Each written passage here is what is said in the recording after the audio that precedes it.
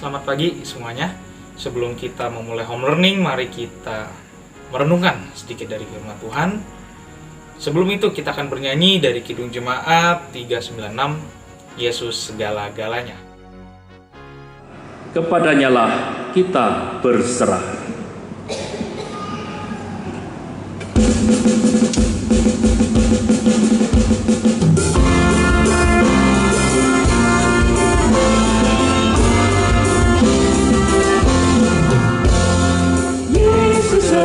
Segala-galanya mentari hidupku, sehari-hari Dialah penopang yang teguh.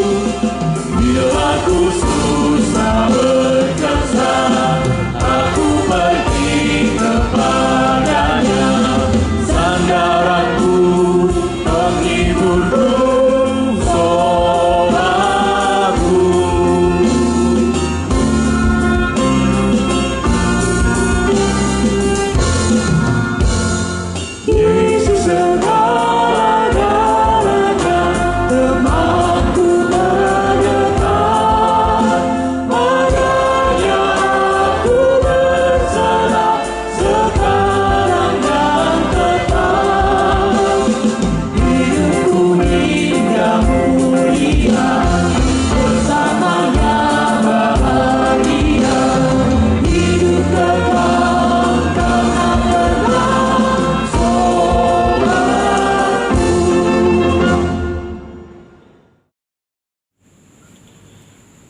Mari kita bersatu di dalam doa.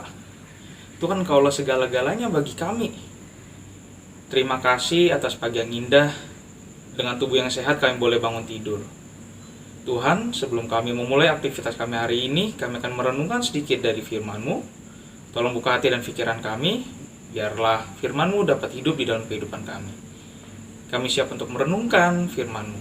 Di dalam nama Putra-Mu yang tunggal, Tuhan kami Yesus Kristus, kami berdoa dan mengucap syukur. Amin.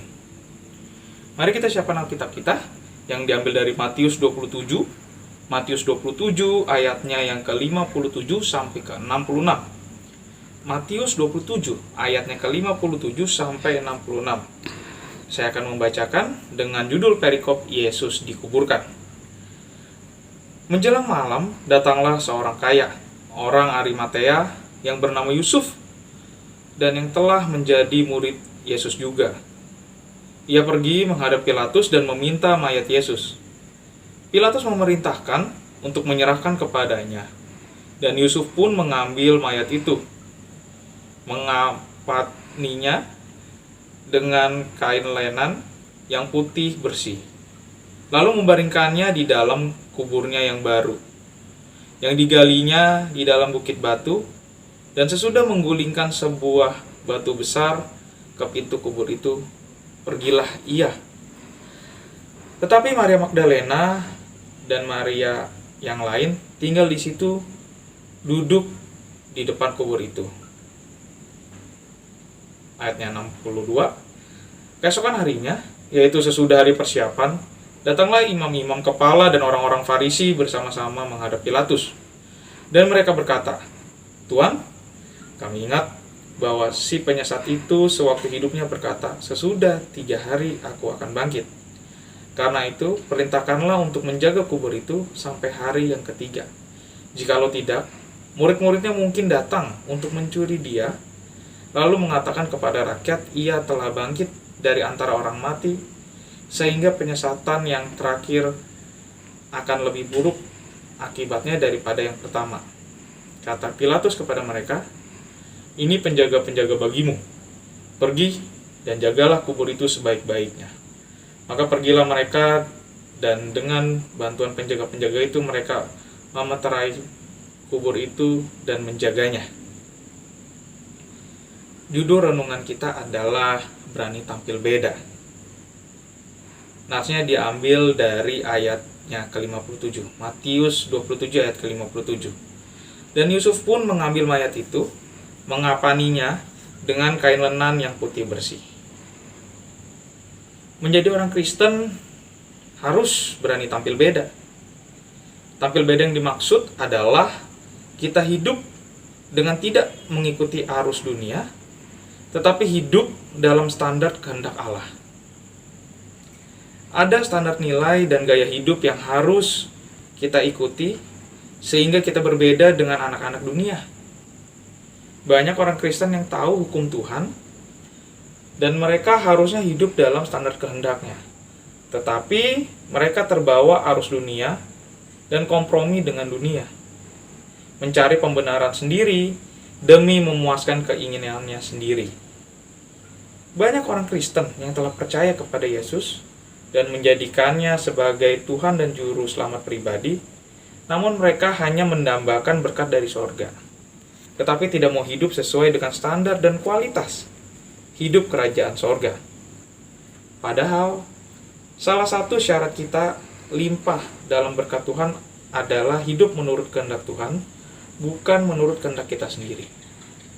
Bacaan kita pada hari ini sedang membicarakan seseorang yang berani tampil beda, berani melawan arus dunia. Dia adalah Yusuf, seorang kaya, orang Arimatea. Matius 15 ayat yang ke-43 memberi keterangan bahwa Yusuf adalah seorang anggota majelis besar yang terkemuka, yang juga menanti-nantikan kerajaan Allah, memberanikan diri menghadap Pilatus dan meminta mayat Yesus. Dia berbeda dengan pemuka Yahudi lainnya yang membenci Yesus. Dari sikap yang dilakukannya untuk Tuhan Yesus, Yusuf tidak takut ditolak, diteror, ditekan oleh komunitasnya.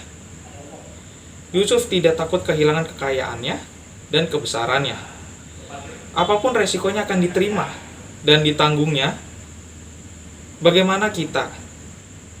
Beranikah kita berlaku sama dengan Yusuf orang Arimatea? Demi melakukan kehendak Allah, berani berlaku yang berbeda dari orang pada umumnya. Seringkali terjadi ketika kita tergiur dengan kenikmatan sesaat, sudah menjadikan kita meninggalkan Tuhan. Dalam keadaan tertekan dan kesulitan tertentu, membuat kita semakin jauh dari Tuhan.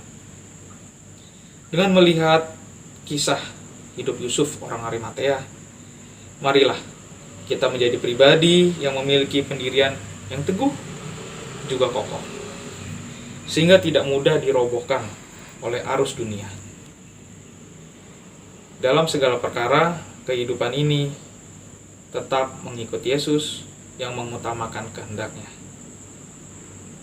Ayat emasnya diambil dari 1 Yohanes 2 ayat yang ke-16. Sebab semua yang ada di dunia ini, yaitu keinginan daging dan keinginan mata, serta keangkuhan hidup, bukanlah berasal dari Bapa, melainkan dari dunia. Marilah kita bersatu di dalam doa. Bapa, terima kasih atas renungan yang boleh kami dengar. Biarlah renungan ini boleh hidup di dalam kehidupan kami. Biarlah kami sebagai anak-anak-Mu boleh berani tampil beda, untuk kami bisa melakukan seturut dengan kehendak-Mu. Tuhan, kami berdoa untuk home learning hari ini. Biarlah kami dapat mengikuti home learning dengan baik. Berkati juga guru kami yang akan melakukan home learning. Engkau berkati, biarlah apa yang sudah diajarkan kami dapat mengerti. Terima kasih Tuhan. Kami juga berdoa untuk COVID-19 ini. Biarlah COVID-19 ini cepat berlalu, dan pasien-pasien atau orang yang sakit COVID-19 boleh Engkau jamah sehingga kesembuhan boleh terjadi. Terima kasih Tuhan. Hanya di dalam nama Putra-Mu yang tunggal, Tuhan kami Yesus Kristus, kami berdoa dan mengucap syukur. Amin. Selamat mengikuti home learning. Semangat!